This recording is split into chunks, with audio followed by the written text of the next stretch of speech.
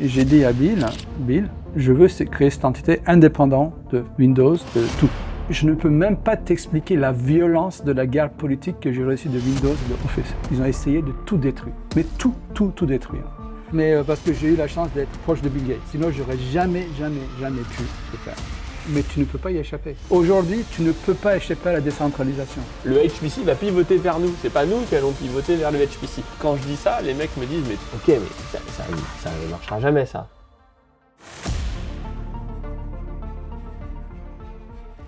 David, merci d'être avec nous aujourd'hui pour ce nouvel épisode de Ça ne marchera jamais. Merci Richard, au revoir. Aujourd'hui, ce qu'on va voir, c'est ça ne marchera jamais dans la décentralisation de l'IA et surtout la production de data centers également distribués. Et ça, c'est le projet Antimatter, la fusion qu'on étudie encore cet été, parce que là, on tourne en août 2025. Et c'est un pari où on s'est rencontrés en disant, en fait, tu as ce qui me manque et j'ai ce qui te manque et on va y arriver. Donc, le sujet aujourd'hui, dans l'IA, puisque qu'est-ce que les gens pensent que ça ne marchera jamais? Où est le problème, ou quels sont les problèmes durs que les hyperscalers, que j'appelle les GAFAM par extension, même si c'est pas tout à fait les mêmes, mais parce que les gens comprennent mieux quand je parle de GAFA, se disent il faut faire des gros machins centralisés, énergivores, etc., parce que autrement ça ne marchera jamais.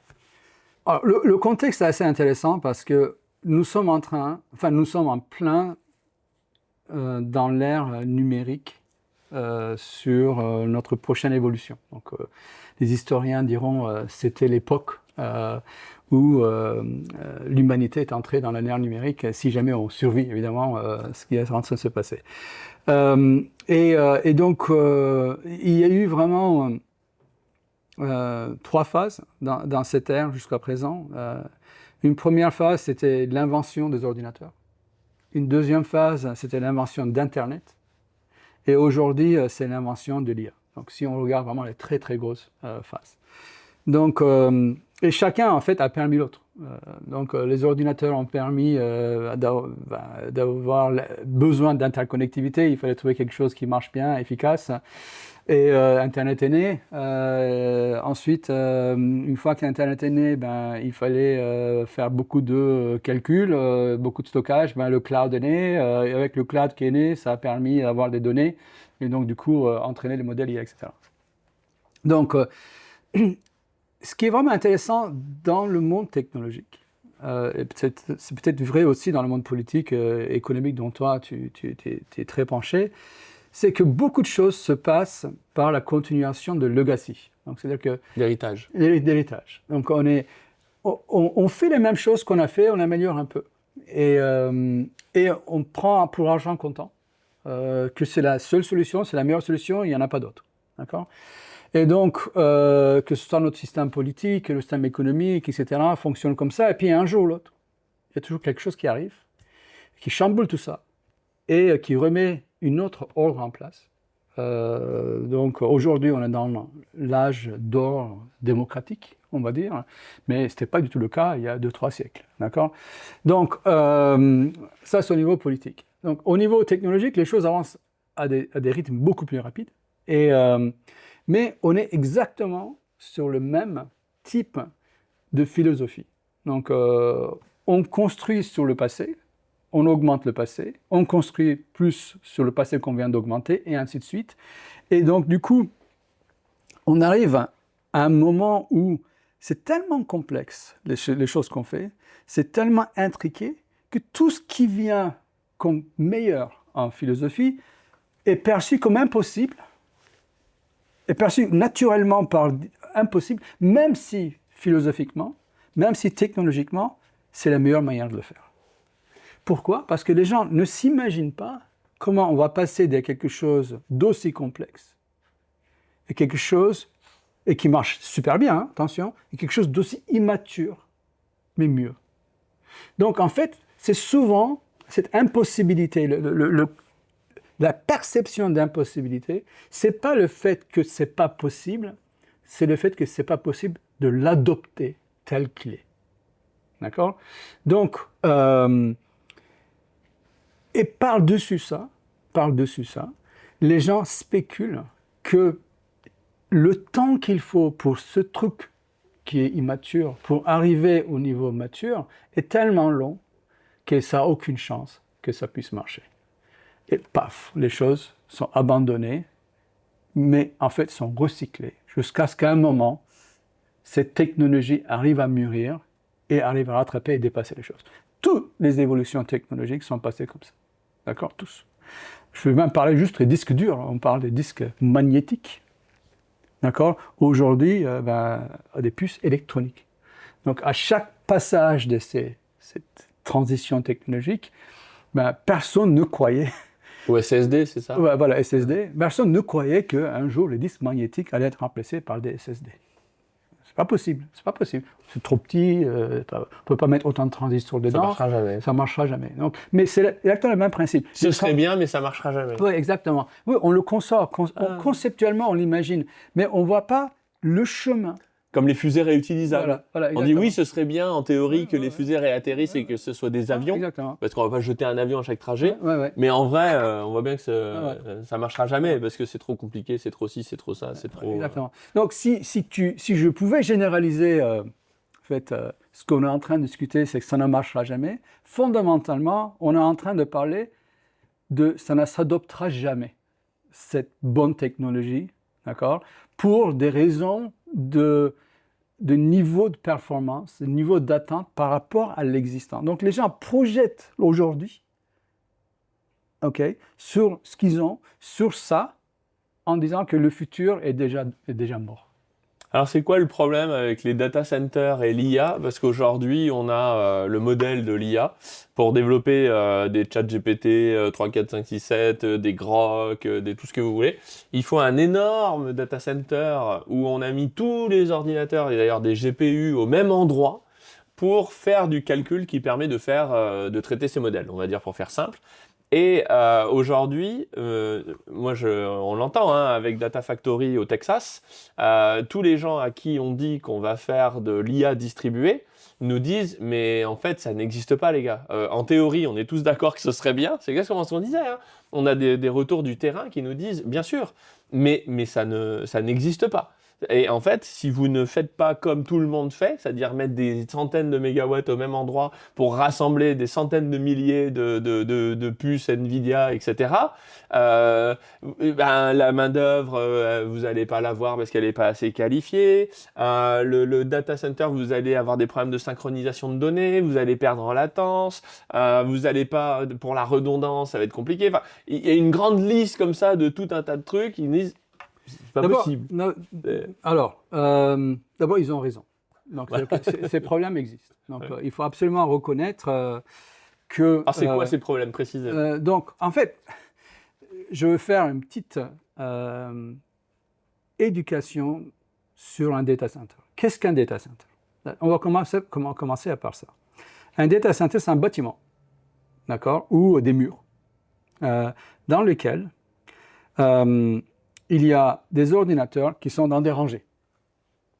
Ensuite, ces ordinateurs sont connectés entre réseaux qui ensuite sont connectés à travers plusieurs types de fibres vers Internet pour que les gens puissent entrer, sortir leurs données de ces packs d'ordinateurs. À côté, il y a des courants électriques qui arrivent, plusieurs. Il y a de l'eau qui arrive pour refroidir.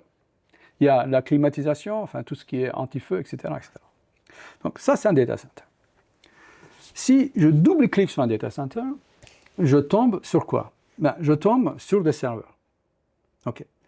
Alors, la première chose à se dire, est-ce que tout se passe, tout étant un calcul, est-ce que tout le calcul se passe dans un seul ordinateur?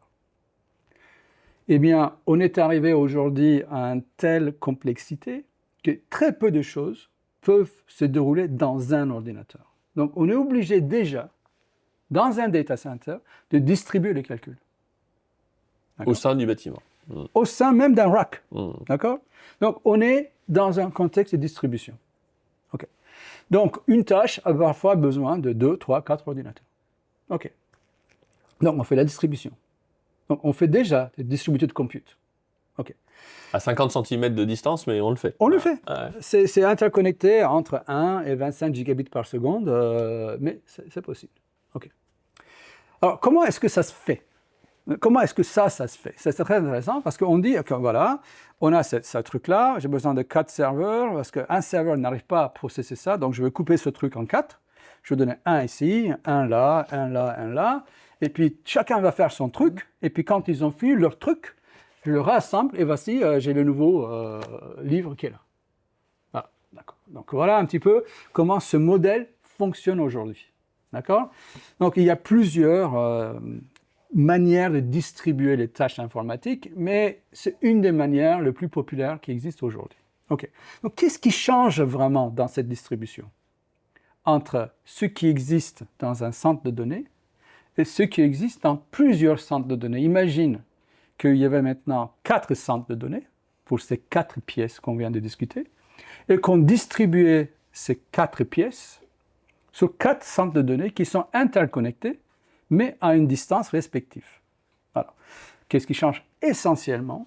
C'est la distance vitesse. Donc ça veut dire quoi? C'est quoi la vitesse de communication entre chaque serveur pour pouvoir rassembler la pièce qu'on vient de donner au traitement. D'accord? Rien d'autre. On va revenir dessus, mais on va aller plus profond. Maintenant, on va dans le même ordinateur. Je prends cette tâche-là et je double-clique sur l'ordinateur. Qu'est-ce que j'ai dans un ordinateur? J'ai la mémoire vive, j'ai un CPU et j'ai un GPU. D'accord? Oublions la mémoire vive pour le moment, regardons le CPU. Qu'est-ce qu'il y a dans un CPU? Dans un CPU, ce qu'on appelle, il y a des cores. Un core, un cœur. D'accord? Alors, tu prends, c'est ce qu'on utilise dans Polycloud, de AMD 9004 Series.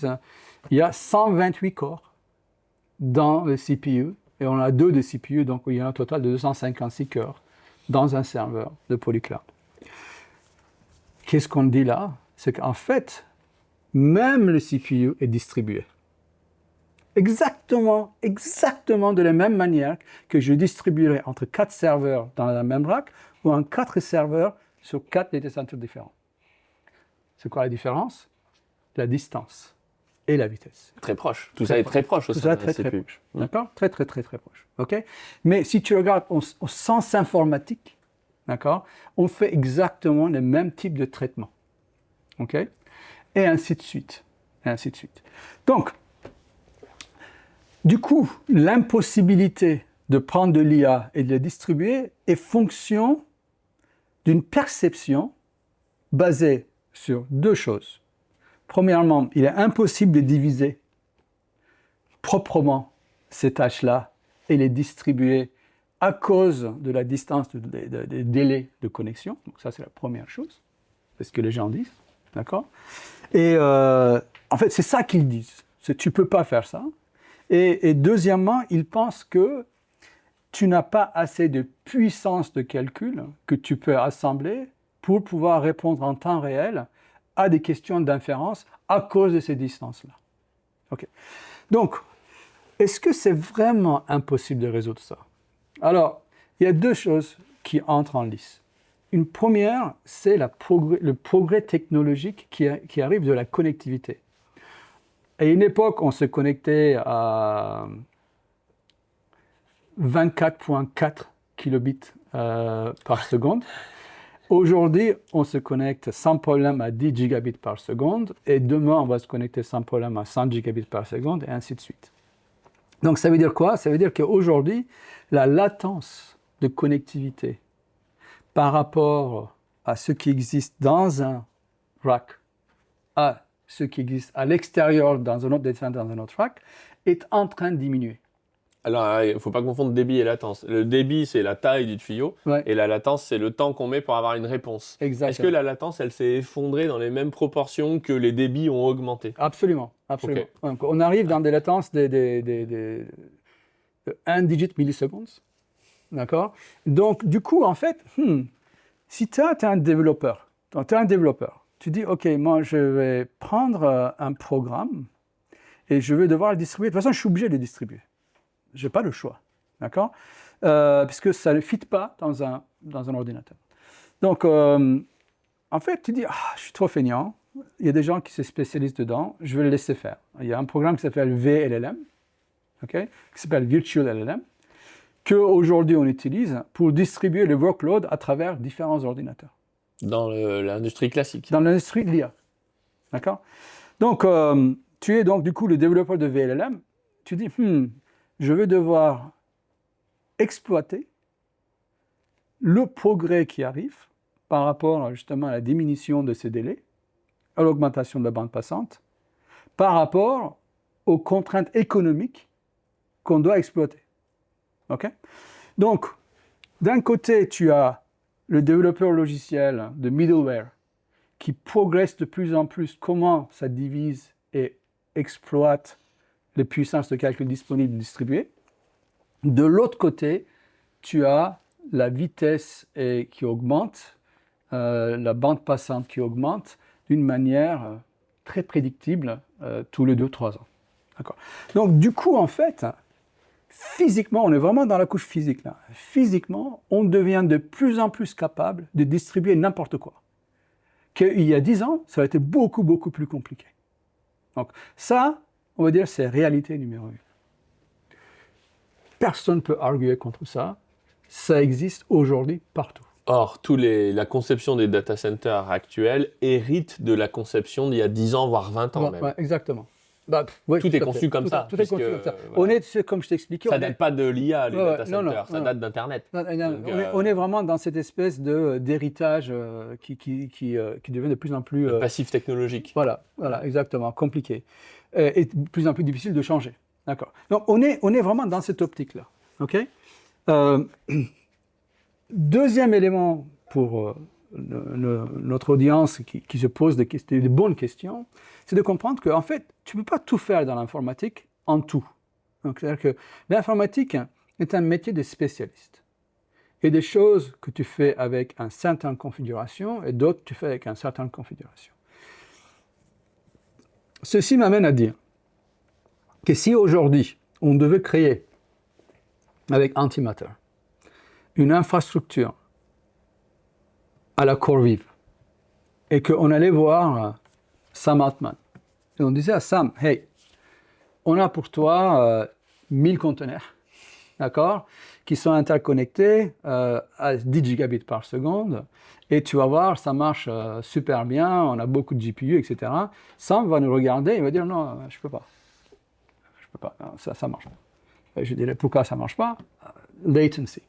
Parce que 1000 containers, 500 mégawatts, c'est le Stargate. Hein. Ouais, donc on parle du plus gros projet américain. Exactement. Voilà, exactement. Il va dire il y a trop de latency entre les différents. Et du coup, la latence entre les containers fait que le calcul final n'est pas possible. Voilà, exactement. Là, lui, il va dire comme ça. Parce que lui, il a tout conçu dans un méga data center. D'accord? Donc, aucun de leurs protocoles, aucun de leurs divisions de labor, d'accord, est capable de gérer cette division, des mini-divisions, d'accord, et le rassemblage que nous, on va offrir avec Antimatter. Est-ce qu'on peut dire qu'en gros, ils ont géré la distribution au niveau à l'échelle d'un CPU, à l'échelle d'une lame, et à l'échelle d'un rack, et à l'échelle d'un bâtiment, mais que ça leur a jamais passé à travers le crâne de gérer ça à l'échelle d'un pays ou d'un continent? Exactement. Ils ne se sont jamais posé la question. Ça n'a jamais été une contrainte pour les ingénieurs. Et tu sais, le métier d'ingénieur, c'est toujours basé sur des contraintes. Tu pars d'une contrainte et tu résous le problème. Tu résous le problème, d'accord? Donc, pour eux, si tu veux, l'entraînement d'un modèle ChatGPT 6.0, ce qui sera leur prochain, est inconcevable dans ce contexte-là. Et je dirais qu'ils sont d'accord. Je suis d'accord avec eux. Pour eux, c'est inconcevable. Et donc, du coup, si tu veux, ça ne sera jamais le client de Antimatter. Et il ne devrait pas l'être. Parce que ce n'est pas le bon. Et la distance est forte. C'est-à-dire que même s'ils disaient « Ah, c'est une bonne idée », en réalité, le changement que ça leur imposerait, c'est un gros changement. Ouais, c'est un gros changement. Ça leur prendra plusieurs années, ça se trouve, de remettre en place tout leur algorithme. Ah oui, à ce stade-là. Sachant qu'ils sortent un chat GPT tous les 6 mois, mais du coup... Ouais, parce que n'oublie pas qu'ils ont des ressources limitées, ils ont plein de backlogs. Ils n'ont pas 3 ans pour repenser leur truc comme ça. Quoi. Donc, si tu veux, ça ne va pas se passer. Pourquoi je dis que c'est un métier de spécialiste d'informatique? C'est parce qu'aujourd'hui, ces data centers qui sont en train de concevoir, qui ont besoin de tous ces gigawatts, etc., c'est des data centers très spécialisés pour ce type de tâches. D'accord? Donc, mais il y a combien de gens dans le monde, combien de sociétés dans le monde qui font de fundamental model training? Bon, entre 5 et 10, quoi. Si Allez. on met Grok, Allez, on va dire, Meta, OpenAI, Azure, Mistral, etc. Mistral. Voilà. Ouais. Donc, allez, on va dire 10, on va être généreux, d'accord? Allez, Il y a 10. DeepSeek, etc. Allez, Allez, 10, d'accord? 10 boîtes. D'accord, 10 boîtes, d'accord. Donc, un distributed data center à la Antimatter n'a pas besoin de ces 10 clients pour réussir dans le secteur de high performance computing, dont l'IA. Pourquoi? Parce que il y a beaucoup d'autres clients que ces 10, mais des millions, qui n'ont pas le besoin d'entraîner des modèles à assez grande échelle dans les data centers spécialisés. Eux, ils ont besoin de faire tourner des modèles de taille petite, de 3 milliards à 8 milliards, de moyenne jusqu'à 70 milliards, 90 milliards, ou à la DeepSeek 670 milliards, d'accord, qui peuvent faire tourner d'une manière très efficace, très économe, leur modèle, leur inférence, leur fine-tuning dans ces micro-data centers distribués. Alors, est-ce qu'on peut dire que 7 milliards, ça tourne sur un téléphone, 100 milliards 3 milliards, ça tourne sur un téléphone. Voilà. 7 milliards sur un ordinateur. Et 100 milliards, ça tourne sur quoi? 70 milliards, parce qu'on n'en a pas, ça tourne sur un serveur avec 8 GPU. D'accord, donc un serveur, bah, ça peut se mettre en serveur. local, ça. Un serveur, Ouais, c'est un ordinateur. Ouais, c'est quoi. voilà. Ouais. Enfin, un ordinateur. 8 GPU, donc 8 GPU. un gros On est sur un ordinateur. gros ordinateur. C'est quand même une Ferrari. Hein, donc, là. C'est gros comme un frigo, quoi. Non, c'est 4 U. Donc c'est 4 U, c'est à peu près ça. C'est 1 mètre 20 de longueur. Hein, donc, Mais ça coûte. ça coûte 200 entre. quelques quoi. Ça peut coûter jusqu'à 350 000 $. Ah, quand même. Ah oui. En fonction de la configuration des C'est du CPU, bon quoi. ordinateur. C'est des bons ordinateurs. Donc, Ok. mais ce qui est intéressant, c'est que tu peux faire tourner tout un modèle de 70 milliards de paramètres, donc tu prends un Llama, ok, sur un serveur. Tu vois, ça c'est quelque chose quand même. Donc tu te dis, en fait, tu as une société lambda, tu as besoin de garder tes données en souveraineté, tu as besoin que ça soit tout proche de toi pour pouvoir faire l'IoT, etc. Donc tu as besoin d'une distance proche. Donc du coup, la solution Antimatter devient une solution tout à fait possible. Parce que s'il y a un conteneur comme ici on a à Cannes, okay, et que ici on est dans un incubateur, les startups ici ils veulent faire des calculs IoT ou des calculs IA, etc.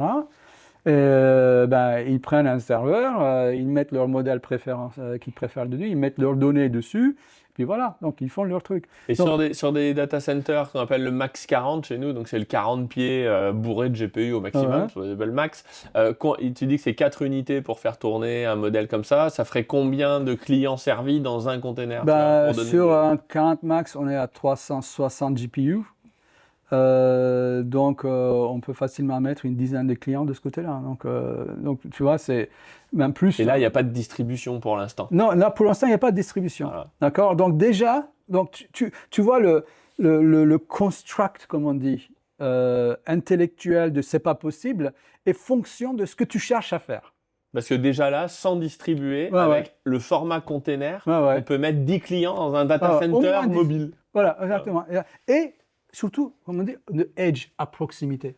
Donc, cette proximité est énorme parce que ça résout le problème d'énergie, dont tu connais très très bien, parce que c'est combien qu'on consomme? C'est 0,5 MW par 40 max de place, parce qu'il y a très peu de place qu'il faut, la vitesse, parce que la latence qui est là, et la souveraineté. Donc, du coup, c'est à côté. Il est vraiment dans le backyard, il est dans le jardin. Exactement.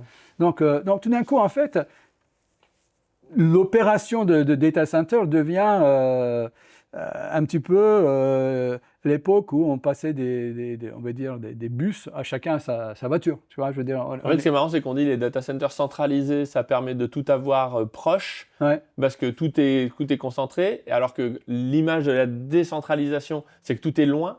Mais en réalité, quand on peut faire tenir 10 clients dans un container, si les 10 clients ils sont à Cannes, parce que là on est à Cannes, on met le container ici, c'est beaucoup plus proche qu'un data center que aux États-Unis. Oui, exactement. Et bien plus d'avantages, parce qu'il n'y a pas d'aller-retour, etc. Donc, en fait, c'est ça que les gens souvent on n'arrive pas à projeter parce qu'ils se projettent forcément, ils se disent « Ah oui, mais OpenAI ne va jamais utiliser ça », mais on s'en fout qu'OpenAI C'est pas le sujet. C'est pas le sujet. Un jour, ils le feront quand on sera mature, grand, etc. Quand on aura passé, tu sais, d'immaturité à la maturité. Mais il y a tellement d'autres opportunités pour ça. Et donc, ensuite, on va passer maintenant, imagine, allez, tu vas faire DeepSeek, parce que tu aimes DeepSeek.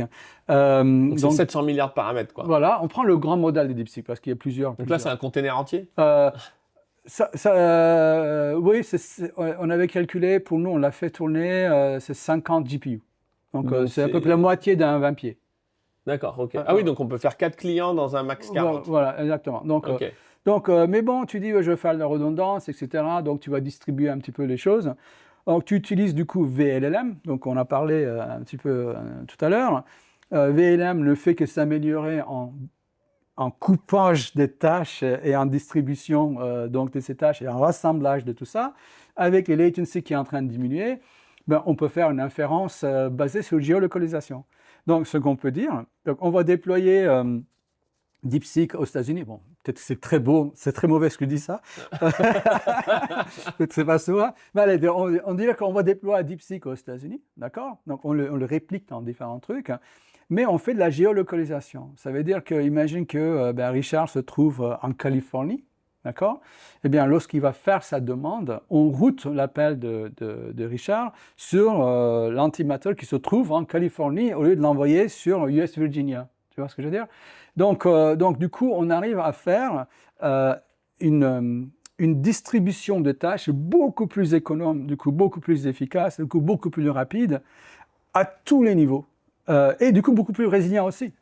Je reviendrai sur la partie énergie après là-dessus, parce qu'au niveau énergie, ça a beaucoup d'implications. Mais qu'est-ce qui fait qu'aujourd'hui, les gens, quand je leur dis aux États-Unis, quand on les voit, et les gens, c'est pas Monsieur Johnson qui laboure son champ, hein. Je parle de gars qui sont dans le HPC, ils disent OK, mais ça ne marchera jamais, ça. Ça n'existe pas. De quoi tu me parles? Mais c'est exactement la même réponse que j'ai eue des grands experts de France Télécom qui me disaient qu'on ne peut pas faire de la voix sur IP parce que les réseaux de paquets ne sont pas en temps réel. Donc, ensuite, tu adaptes. En fait, ce que les gens ne comprennent pas, ces gens-là ne comprennent pas, ils n'ont pas l'imagination que, en fait, tu peux changer de contrainte. C'est juste parce que c'est les contraintes qui changent. Donc, quand on parle de DeepSeek, pourquoi DeepSeek a réussi? C'est parce qu'ils ont out-engineered scale. Ça veut dire quoi, ça? Ça veut dire qu'ils ont utilisé leur génie algorithmique par rapport aux contraintes d'échelle qu'ils avaient. Ouais, on fera une vidéo sur DeepSeek parce que c'est un vrai sujet. Et ce que je remarque, c'est que personne n'a rien compris sur DeepSeek. Mais c'est exactement la même chose que nous, on fait. Donc, qu'est-ce qu'on fait, nous? On se dit, OK, on est immature. On est immature. Mais on sait que cette technologie, ça marche. OK?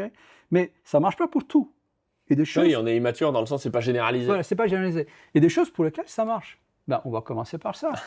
D'accord? C'est comme les bateaux à vapeur qui marchent sur le canot. C'est le chemin de halage. Voilà, chemin de halage. Ça ne marchait pas pour traverser les océans au début. Regarde où on en est.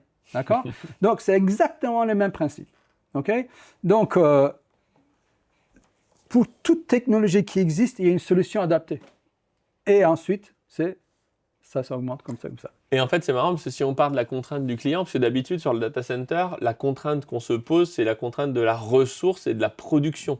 Mais on ne part pas du client, de quoi le client a besoin. Ouais. Mais si on regarde les clients comme un réseau, c'est-à-dire les gens qui sont servis comme un réseau, il est logique de produire au plus près du client. Tout à fait. Et c'est là où on passe et sur le réseau électrique, parce que l'informatique, c'est ton domaine, tu es un hyper spécialiste, et je comprends beaucoup mieux les choses sur le réseau électrique, et en plus, je trouve ça plus facile, peut-être, alors c'est peut-être une déformation, mais quand on pose un monstre énergétique, comme le Colossus de Tesla, c'est ce que j'appelle le trou noir énergétique, c'est-à-dire que c'est un objet tellement massif en termes de mégawatts, qu'il va déformer tout le réseau autour de lui. Et en réalité, c'est cette déformation imposée à l'espace-temps énergétique autour de lui qui fait que ces machins-là, on ne peut pas en poser tous les 20 km. Et ça a plusieurs effets. Alors, on le fait aujourd'hui parce que les hyperscalers le demandent. Mais Zuckerberg disait, la contrainte pour l'IA, c'est l'énergie. Bah, tu m'étonnes. Tu m'étonnes. Parce qu'en réalité, quand on pose un Colossus, il faut tout doubler, voire tripler. C'est-à-dire que les gars, ils ont leur propre génération à gaz pour l'électricité. Ensuite, ils ont un réseau qui vient de tel fournisseur. Ils ont un autre réseau électrique qui vient de tel fournisseur. Général, donc, ça fait 3 générations. Ouais, ouais. Ensuite, tu fais la même chose pour la data. Tu fais la même chose peut-être même pour l'eau, parce qu'il consomme une quantité de flotte infinie. Ouais. Et ça, en fait, tu vois bien que les contraintes sont folles. Et le résultat, c'est que ça a tendance à faire monter les prix de l'électricité dans le pays. Parce que toute cette infrastructure... Il faut investir. Il y a une notion qu'on appelle la puissance crête. Ouais. C'est-à-dire que sur un réseau, ma demande, elle va bouger et ma production va bouger aussi en fonction de la météo avec les énergies renouvelables, de quand je prends mes douches, mes bains, etc. Quand je fais la cuisine, les industries qui peuvent s'arrêter, pas s'arrêter, tout bouge. Et il se trouve que, du coup, quand on dimensionne un réseau, il faut dimensionner tous les usages qui ne peuvent pas s'arrêter à leur puissance maximale critique. Ouais. Alors, on parle de puissance critique. C'est-à-dire que si ma production est au minimum parce que j'ai des problèmes où il n'y a pas de vent, il n'y a pas de soleil, et puis donc j'ai des contraintes sur la production. Ensuite, j'ai des contraintes sur... Donc il faut ajouter de la production pour qu'on arrive à cette puissance maximale au pire des scénarios de production. Ensuite, je fais la même chose du côté de la demande. Si tout le monde a besoin en même temps, genre il y a un vortex polaire et tout le monde a besoin de mettre son radiateur électrique en route en même temps, ben, quand je cumule les contraintes côté demande que je suis obligé de satisfaire et les contraintes de production que je suis obligé de satisfaire, on atteint ce qu'on appelle la puissance critique, puissance crête. Et cette puissance crête, eh bien, il faut la servir dans tous les cas. Donc ça veut dire que, c'est mon estimation au doigt mouillé, c'est de dire qu'il y a 30% des capacités énergétiques dans le monde qui sont inutilisées. Parce qu'elles sont là en réserve, et vous ne pouvez pas faire autrement. Parce que si vous n'avez pas cette puissance en réserve, le jour où il y a une cata, eh ben, c'est ce qui est arrivé à Uri au Texas, vous avez des centaines de morts, des centaines de milliards de dégâts, etc. Et le nœud gordien de tout ça, c'est la flexibilité. Et un data center, aujourd'hui, n'est absolument pas flexible. Non, il n'est pas flexible. Donc, si on arrive à flexibiliser ces data centers, on peut utiliser... C'est comme si 30% de la puissance mondiale dans l'énergie était financée et non utilisée. Est-ce que tu connais une industrie qui est arrivée en disant les usines sont déjà là? Non. Toute l'infra, tout le capex est déjà là en fait. Ouais, tout à fait. Non, comment on flexibilise ces data centers pour arriver dans un marché où tout le monde cherche de l'énergie? On dit vous êtes fous les gars, elle est déjà partout. La seule manière, c'est la décentralisation et la distribution. La seule manière de le faire, c'est ça. Il n'y a pas d'autre manière. Et d'ailleurs, on n'a pas besoin de dire que c'est l'homme qui l'a inventé, c'est la nature qui l'a inventé. D'ailleurs, la nature fait exactement la même chose. Donc, si on regarde à l'échelle biologique, donc tu regardes les abeilles, tu regardes un petit peu comment le biomasse fonctionne. Ben, on fonctionne en décentralisation, en distribution. Donc, parce qu'on enlève la fragilité inhérente à un système unique. Tout à fait. Donc, pour moi, si tu veux... Il y a un changement d'échelle. Là, on a dit au sein d'un data center modulaire, un container, on peut mettre 10 clients. Ouais. Mais comment on fait ensuite pour que le moment où il y a une contrainte énergétique, parce qu'il y a un vortex polaire et du coup il faut libérer de la puissance, comment est-ce que ces 10 clients qui étaient servis là, je les sers en West Virginia on fait exactement ce qu'on fait dans un serveur, dans un rack. Donc, on alloue toujours moins qu'on peut, d'accord? Et donc, on se crée justement un buffer, ok? Une marge. Une marge. Et merci d'être mon traducteur anglais-français. Et donc, du coup, lorsque dans un lieu où on est en perte d'énergie prévue ou non prévue, bon, on a des batteries qui nous permettent de tenir assez longtemps pour pouvoir transférer d'une manière transparente ces activités de calcul, de données, etc. vers... ça veut dire quoi, transparente et... Là, ça veut dire que et la durée et la transparence. La durée, elle est instantanée. On parle de microsecondes, d'accord, qui est vraiment en fonction de la distance de la fibre, on va dire, par latency. Et la transparence, ça veut dire que l'application qui fonctionne dans ce conteneur est passé dans un autre conteneur sans que le programme s'en ait rendu compte. Donc, il n'y a pas eu, si tu veux, de prise de conscience sauf disant que votre workload a passé de Californie à Texas, ou de Texas à l'Idaho, etc. Voilà. Donc, et cette technologie existe. Donc aujourd'hui, si tu veux, on sait faire ce genre de choses. Chez Symfony, moi, je l'ai fait, d'accord? Donc, mais je l'ai fait entre Google et Amazon, donc à coût de 20 millions d'euros par an. Donc, si tu veux, on sait distribuer des tâches, on sait distribuer des traitements informatiques, des données, etc. Mais c'est souvent à l'insu des développeurs. C'est le développeur qui doit le concevoir comme ça. Et tu prends beaucoup de temps à le faire et beaucoup d'efforts de programmation pour le faire. Ce qui est différent dans Antimatter, c'est que tu peux déléguer tout ça à Antimatter. Et donc, du coup, en tant que développeur, tu prends ton truc, tu le mets sur ce serveur, tu sais que ça va marcher. Alors qu'aujourd'hui, tu vas faire la même chose, c'est AWS, il faut que tu prends multi-region, il faut que tu payes en plus, etc. Donc tout ça sera complètement transparent au développeur qui veut tourner son modèle. Et tu vois, c'est comme ça que l'innovation arrive. Et tu vois, ça, c'est le typique de technologie disruptive, de rupture, ou quelque chose qui te coûterait beaucoup plus cher, avec beaucoup plus d'efforts à le faire dans un truc, tu le fais d'une manière beaucoup plus facile, parce que le système a été déjà conçu, dès le départ pour ça. Et c'est ça que les gens n'arrivent pas à comprendre. Ils disent, mais comment c'est possible? Parce que moi, pour faire ça, je dois faire ça. Oui, mais t'inquiète pas, pour faire ça, c'est possible. C'est juste voiture automatique, tu appuies et ça va. Oui, mais je ne dois pas changer de vitesse. Non, avec la voiture électrique, tu n'as pas besoin de changer de vitesse. Mais pour freiner, t'inquiète pas, tu as un super frein à moteur aussi. Tu ne peux pas concevoir ça. Si mon grand-père, avec sa voiture, je lui parlais de voiture électrique, il me dirait, non, pas possible. Il faut passer les vitesses, l'embrayage. Tu vois, donc, on est vraiment dans le même paradoxe conceptuel.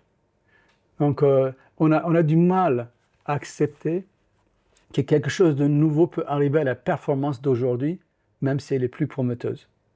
Et comment t'expliques que, parce que c'est quand même pas des peintres, hein, chez Microsoft, Amazon, tu sais, c'est quand même, il y a 2-3 gars un peu intelligents là-bas, tu vois. Ils sont un peu gros, ils ont un peu de moyens. Comment t'expliques qu'il n'y ait pas de ce qu'on appelle des intrapreneurs, comme tu l'as fait chez Microsoft, qui disent, laissez-moi 10 millions, je vais essayer un truc et je vais préparer ce modèle-là. Parce que, en France, je comprends bien pourquoi. Mais aux États-Unis, comment ça se fait que ces grosses boîtes, chez Google, il y avait les fameux 20% de temps libre pour développer des projets à côté, etc.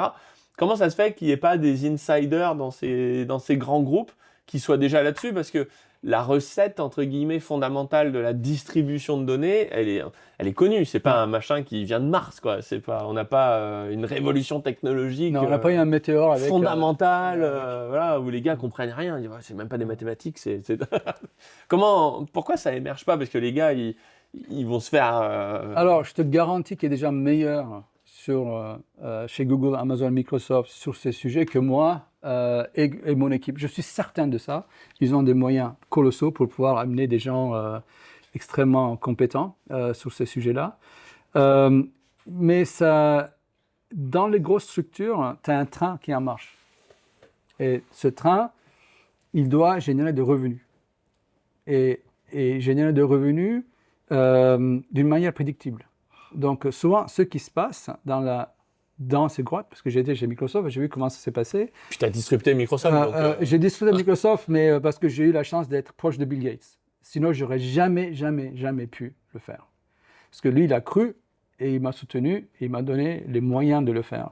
Faut qu'on se le note pour plus tard, ça, dans Antimatter. Ouais. De générer dans notre boîte à nous, de pas faire la même connerie. Exactement, ouais. Et de générer, en fait, notre propre contre-pouvoir. Ouais, exactement. Et justement, le pouvoir des oligarques, on va dire, entre guillemets, dans ces sociétés-là, est extrêmement élevé.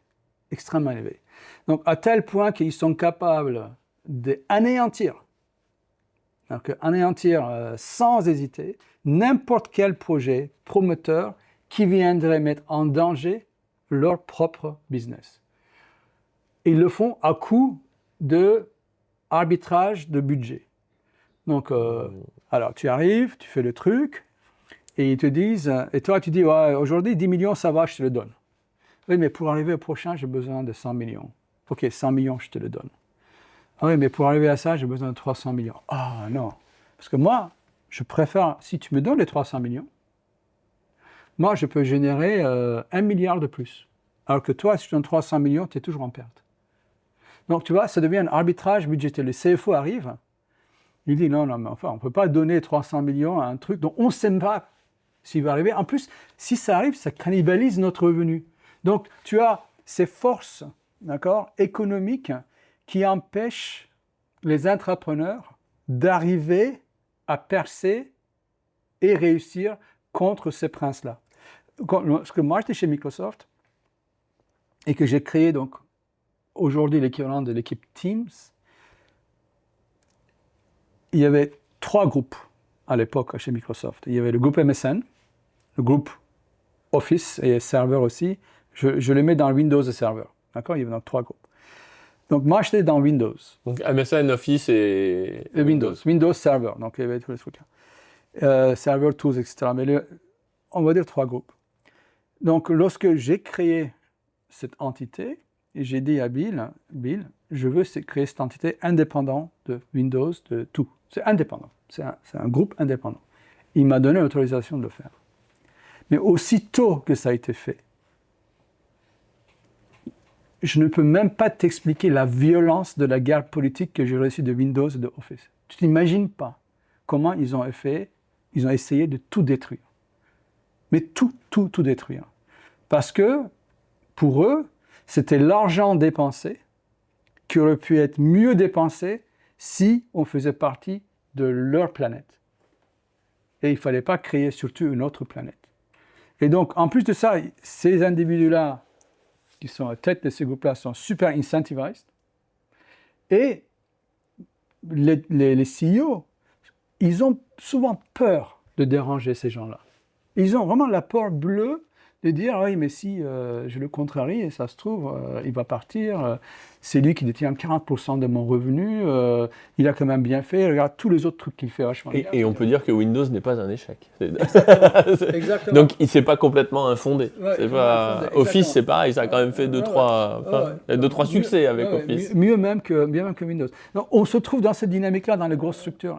Et donc, ce n'est pas parce qu'il n'y a pas le talent, ils ont le talent vraiment mieux que nous, d'accord, mais ils n'ont pas le système managérial qui est capable de gérer ça. Et qu'est-ce que tu penses, je ne sais plus comment ils appelaient ça chez Google, ça s'appelle le laboratoire X, non, ou un truc comme ça, où ils ont fait un peu cette planète à Géotrouve-Tout. C'est X-Lab, non, c'est pas ça? Je sais plus. Où ils ont mis les montgolfières qui étaient censés faire je sais plus quoi, là, ils voulaient faire flotter un des réseau, trucs. Ouais, avec des ballons sondes. Ils ont fait aussi Calico, je crois, qui était peut-être là-dedans, pour lutter contre la mort. Enfin, et j'ai l'impression qu'ils ont eu cette volonté.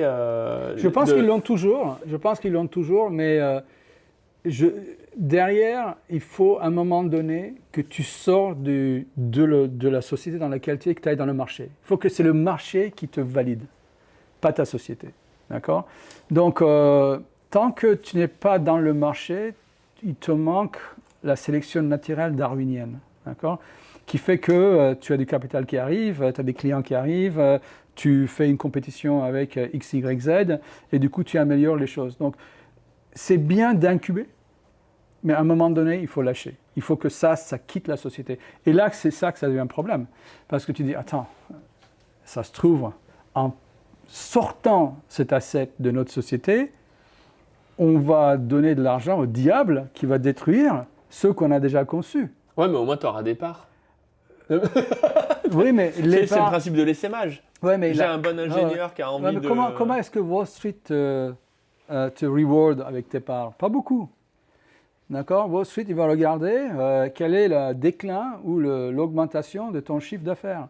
Et si ton chiffre d'affaires est en train de couler parce que la société dans laquelle tu as créé est à 10%, 20% est en train de bouffer ton truc, je te garantis que ces 10% ne seront pas valorisés. Hein. Ils vont jusqu'à ce que tu vendes ces 10%. C'est un peu le problème de Google qui est en train de tuer son propre moteur de recherche avec Gemini. Oui, voilà. Et dire comment on clique sur les pubs si j'ai un moteur de recherche. Enfin, il faut savoir parfois être cannibalistique.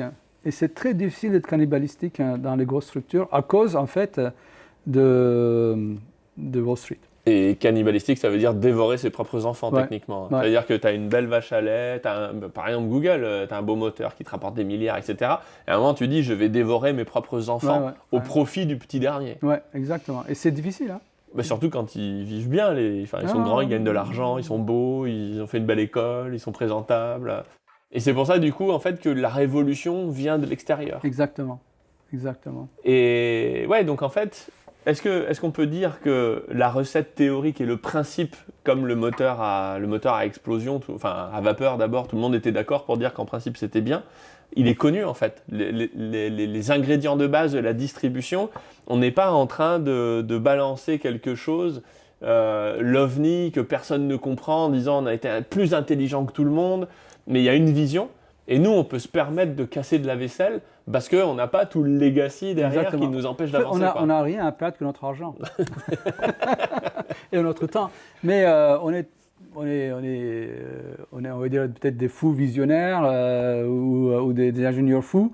Je pense que en dehors de l'argent, il y a cet aspect qu'on n'a pas parlé. Hein. C'est David versus Goliath. Hein. Donc c'est envie. Tu as envie de démontrer au monde qu'ils ont tort. Tu as envie de montrer qu'en fait, ils n'ont pas compris. Tu as envie de servir des gens que ce système ne peut pas servir correctement.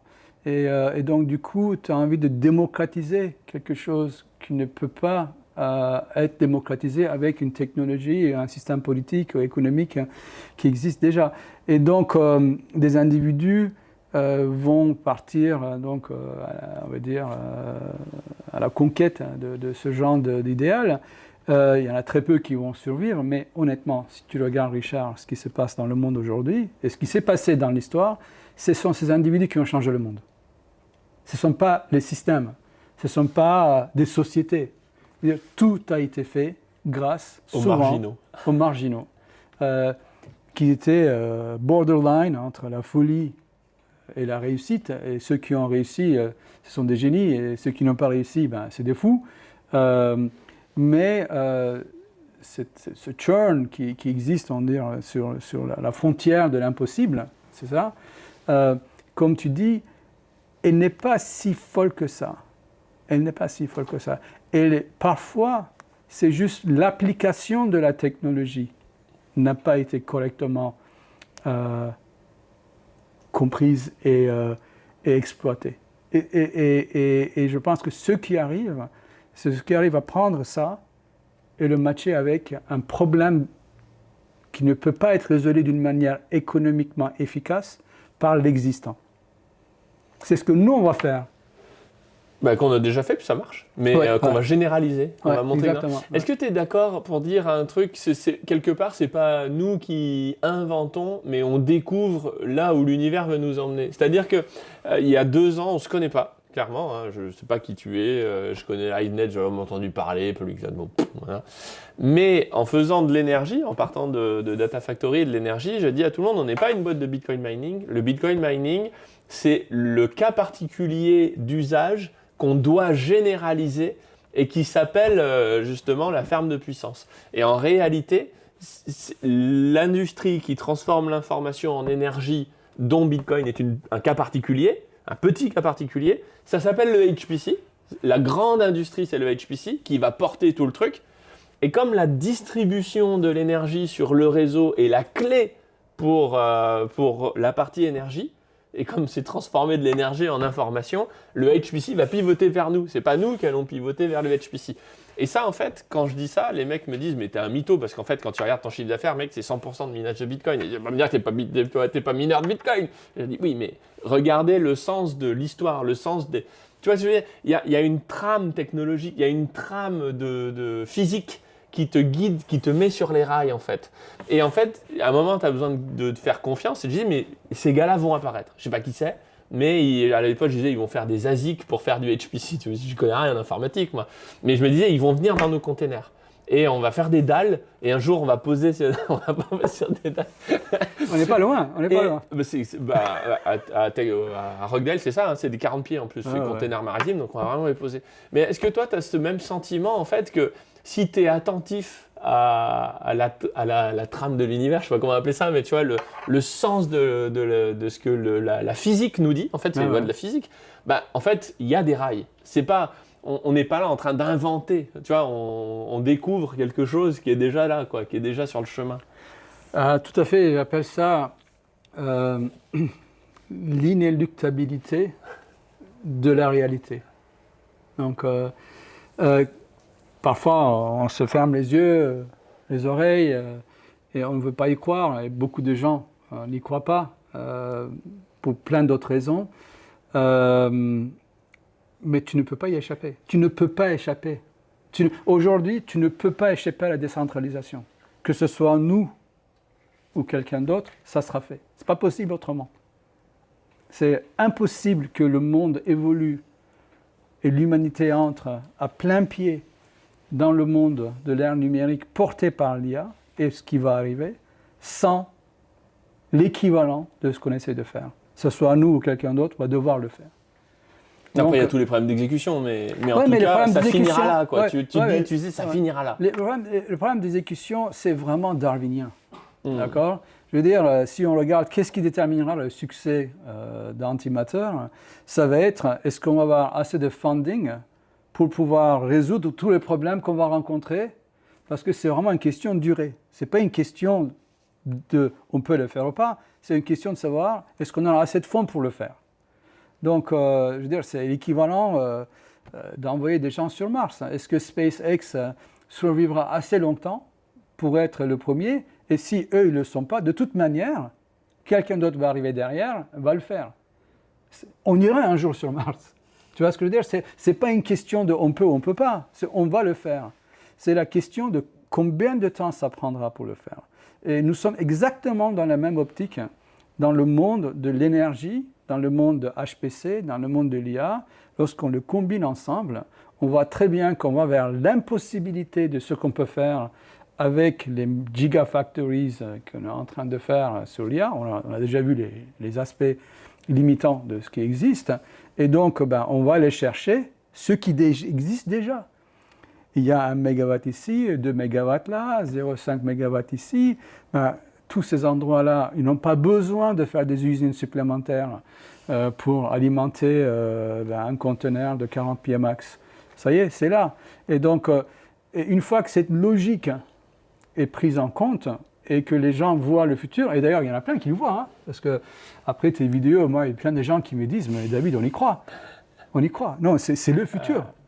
Donc, et c'est marrant, moi, il y a un truc que j'ai remarqué, c'est que les gens qui nous suivent le plus, parce que du coup, par la force des choses, je suis amené aussi à discuter avec des institutionnels, des banquiers, des particuliers, et dans les investisseurs qu'on a, il y a une foultitude ou une multichée, je sais pas, de petites gens, d'entrepreneurs. L'argent qu'on dépense, c'est de l'argent qui a été vraiment gagné. J'avais dit, il y a un, il est apiculteur, l'autre il est dans le bâtiment, l'autre il est dans l'industrie, il fait du métal, enfin, c'est des entrepreneurs, tu vois. Et ce qui est marrant, c'est que ces gars-là, ils ont un instinct et une sensation beaucoup plus forte que les institutionnels qui raisonnent en croissance, en machin. Et eux, ils raisonnent en principes fondamentaux. Et ils disent, bah oui, ce problème-là, c'est la bonne approche. Et ils ont ce contact au réel, je trouve, qu'il n'y a pas, même le mec, il est apiculteur. Qu'est-ce que tu veux qu'il en connaisse de l'informatique, de l'énergie, du machin ? C'est à 10 000 km. Mais quand il nous écoute parler, il sent que fondamentalement, c'est la bonne direction, alors que Alors, je t'interromps parce qu'un apiculteur a un avantage énorme parce que... La décentralisation, ouais, exactement. Donc, c'est le métier des apiculteurs, c'est la décentralisation, c'est la ruche. Ah, il me dit, de toute façon, moi je mets 25 000 pots de miel chez moi. Il dit, bah ouais, moi je vends le pot à 4 euros, tu me dis que c'est 100 000, je mets 25 000 pots chez toi.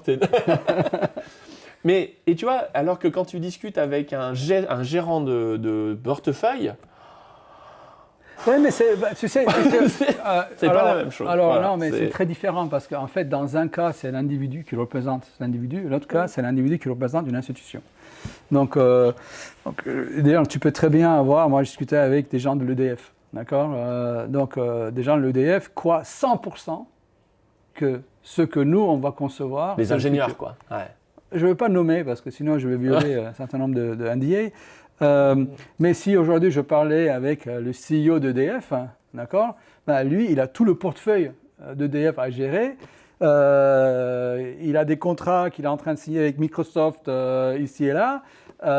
Donc il ne va pas dire le futur c'est ce petit machin là. Ce petit machin là.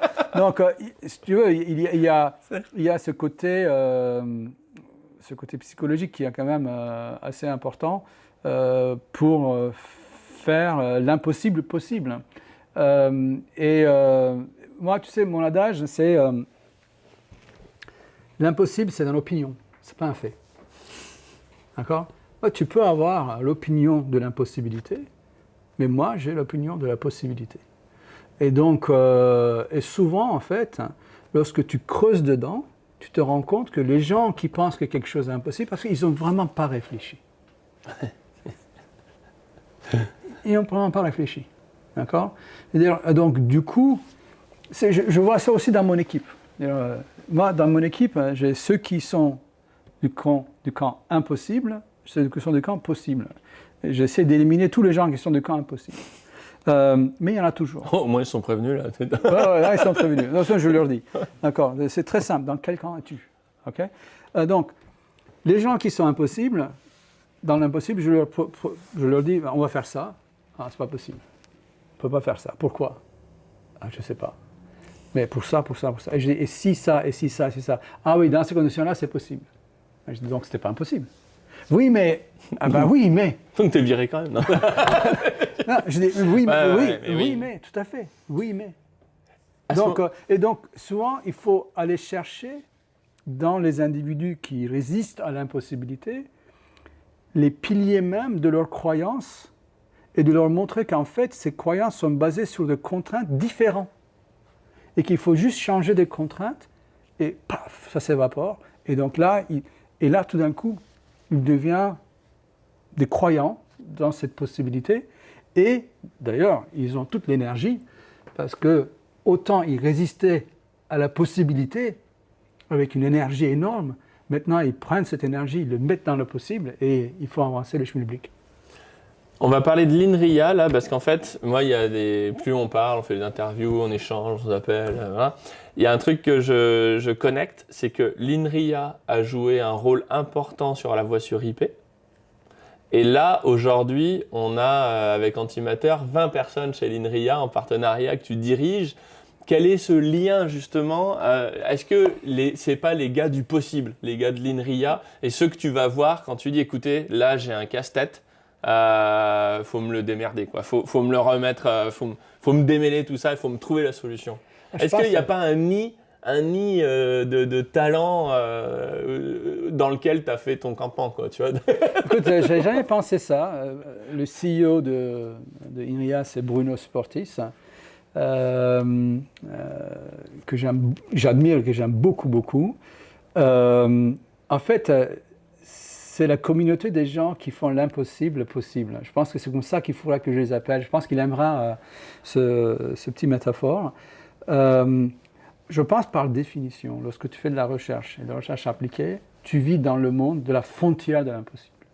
Donc je pense que les caractères, les personnalités, les individus qui vivent là-dedans ne prennent pas la réalité comme la limite du possible. À mon avis, ils ne pourraient pas faire ce métier sinon, parce qu'ils sont constamment en train de défier les lois de la physique connues. Alors explique ce que c'est que l'INRIA et pourquoi on bosse avec eux. Alors, INRIA, c'est l'Institut national en informatique et automatique. Alors, je ne fais pas justice à leur... non, mais on va l'afficher, ça s'affiche là. Voilà, ça s'affiche là, super, voilà. et plusieurs milliers de personnes travaillent à l'INRIA sur plein de laboratoires. Ils sont décentralisés et ils sont financés par l'OTAX, par le gouvernement. Et ils travaillent sur le secteur de l'informatique et de l'automatique. Enfin, maintenant, c'est français. Et c'est 100% français. Ils ont des collaborations, évidemment, mondiaux. Il y a une partie de chercheurs, une partie d'ingénieurs-chercheurs. Donc, ils font de l'applicatif par rapport à ce qui est recherché. Et nous, on travaille avec une dizaine de laboratoires Donc ça s'appelle des laboratoires. Et chaque laboratoire a des talents spécifiques dans différents domaines. Et donc, lorsque nous, on a décidé de travailler avec INRIA, eux, ils étaient déjà partis dans le domaine de l'informatique distribuée depuis des années, des spécialistes, et qui ont contribué énormément en algorithmie sur ces technologies-là. Et on a petit à petit ajouté ce qu'on appelle des défis supplémentaires. Donc, c'est vraiment des défis, c'est l'impossible. Aujourd'hui, on ne peut pas le faire. Comment on va le faire? Donc, ça fait partie du contrat d'ailleurs qu'on a avec INRIA. Et donc, c'est vraiment comme ça que ça fonctionne. Si c'est pas possible, c'est pour vous. Voilà, exactement. Donc, ils disent, très bien, c'est notre métier. Donc, on va faire la recherche. Et donc, nous, on travaille, je dirais, 3 ans, 1 an, 6 mois. Donc, 3 ans, on ne sait pas aujourd'hui la solution. 1 an, on a quelque chose qui marche. 6 mois, on l'implémente. Tu vois, donc c'est un petit peu l'échelle comment on travaille. Et donc, on travaille dans le domaine de données distribuées et de l'IA distribuée. Et donc, on connaît très bien les défis. Je veux dire, si quelqu'un vient me dire, David, c'est impossible que ça marche ton truc, je pense que je sais beaucoup plus l'impossibilité que n'importe quel individu qui pense que c'est impossible, parce que nous, on implémente la possibilité de l'impossible. Donc, si tu veux, on ne se cache jamais les défis. On n'est pas là en train de se dire, non, on va ignorer ça. Non, c'est la réalité dans laquelle on vit. Il y a une liste de choses impossibles à abattre. Exactement. Il y a le même avec la petite faucheuse qui passe. Ouais. Exactement. Sans et qu'est-ce que vous, et typiquement dans les achievements, qu'est-ce qui a été impossible, qui a déjà été résolu? Des exemples? On va dans la distribution de données. Alors, dans la distribution de données, on a un truc qui s'appelle DHT, c'est Distributed Hash Tables. En gros, c'est le répertoire des différents morceaux de données qui sont répartis dans un réseau distribué. D'accord? Et donc, ce tableau qui détient l'adresse physique de chaque morceau de données a été mis en place dans les années 2017-2018 et mis en open source. Et on a atteint les limites avec HiveNet très vite de la performance de la mise à jour de ça. Et donc du coup, on arrivait à stocker les données, mais on perdait l'adresse où ils étaient stockés. Donc, si tu veux, c'était comme si en fait tu ne savais pas où étaient les données, donc du coup les données étaient perdues. Un problème d'inventaire. Voilà. C'est la mise à jour, la vitesse de mise à jour de ce tableau n'était pas assez rapide algorithmiquement par rapport à la taille qu'on a eue avec HiveNet. Donc, du réseau. La taille donc, du réseau était trop grande pour que la mise à jour du registre se fasse. Exactement. Et du coup, c'est pour ça que tous les Dropbox, les machins, ils sont plutôt centralisés. Centralisés, on est passé, si tu veux, à plus de 700 000 utilisateurs. Donc, je lui ai dit, voici les gars. Et là, c'était pas possible. C'est pas possible, voilà. C'est pas possible. Trouvez-moi la solution. Et les autres business models se sont faits en centralisé à cause, entre autres, de ce type de problème. Peu de problème. Je lui ai dit, à vous de jouer. C'est pour vous. C'est pour vous. Ils sont venus, voilà, on a trouvé une solution. Combien de temps 12 mois, à peu près. Ah oui, donc c'est un gros problème quand même. À combien de personnes 2 personnes. C'est des spécialistes, hein, donc les 2 savent plus que 20 de nous. Ils sont assez larges. Et dans l'IA distribuée sur le GPU avec HiveNet, est-ce qu'ils ont fait des... On a juste commencé cette partie de partenariat avec eux, donc là, il y en a une douzaine qui travaillent dessus. Alors là, c'est des défis énormes hein, parce qu'on doit savoir distribuer le modèle intelligemment à travers...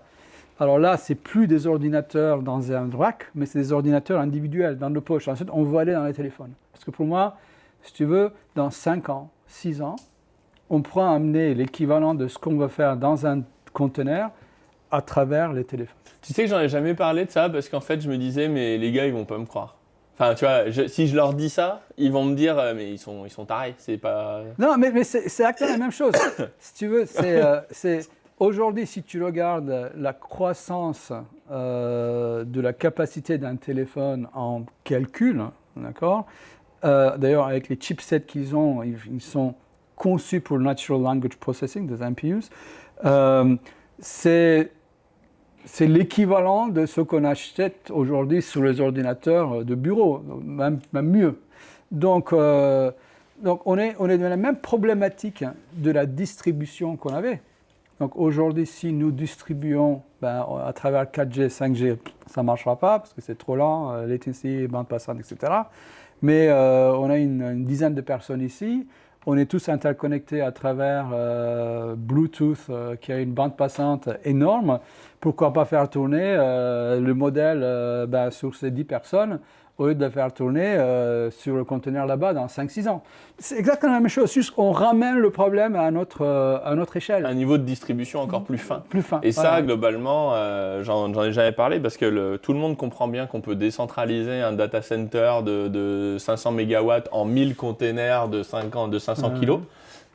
Ça se visualise, quoi. Mais après, quand tu dis aux gens, on va décentraliser, non pas à l'échelle d'un container, mais à l'échelle d'un téléphone, en utilisant plusieurs types de couches de réseau de communication, parce que là, il n'y a pas de fibre optique de 100 gigabits entre deux téléphones, hein, on est d'accord. Donc là, tu perds du monde, quoi. Et en fait, parce que c'est inimaginable, enfin, tu vois, c'est... Mais le problème étant le même, c'est un fractal.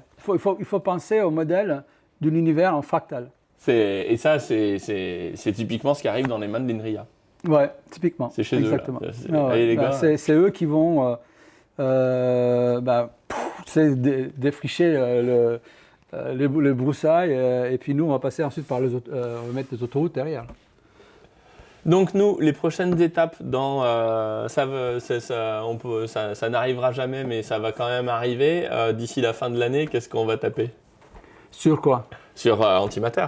Ah, sur Antimatter, écoute, l'idée c'est de créer ce que je dirais, éliminer les doutes. La première étape, hein, par rapport à la vision, par rapport à tout ce qui est impossible, il faut éliminer les doutes, d'accord? Pour un use case ou pour des use cases donnés. Donc, l'étape la plus importante au niveau ce que la société peut et doit produire, c'est l'élimination de doutes. L'élimination de doutes permet d'un côté à ceux qui croient de dire « voyez, je le savais », et ceux qui doutaient de dire « ah oui, je ne pensais pas ». D'accord? Donc ça se passe par une taille de réseau, parce que nous sommes un réseau. Et un réseau de 10, ça commence à être OK, mais un réseau de 100, ah oui, ça commence à être quelque chose. Pour moi, il y aura 2 paliers à franchir. Un premier palier, c'est la possibilité technologique. Le deuxième palier, la possibilité d'adoption. Donc, lorsqu'on aura à faire adopter 100 instances de conteneurs, de polycloud, alors là, tous ceux qui doutaient par rapport à des interlocuteurs ou des institutions ne vont plus douter.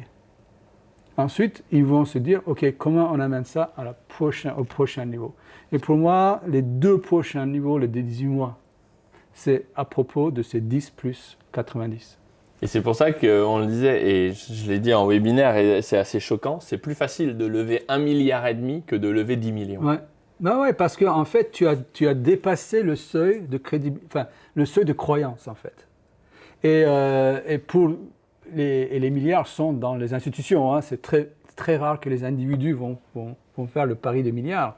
Donc, la cagnotte Litchi à 1,5 milliard, c'est pas courant. C'est pas courant, ça c'est pas courant. Ça peut exister, mais... Eh ben super, hein, donc bravo et merci, on se tient au courant du coup, et puis on vous tient au courant sur la suite de la fusion des premiers polycloud, et puis on se reverra sûrement quand je serai dans une serre à tomates. Voilà, je vous laisse là-dessus. Ah oui, les tomates.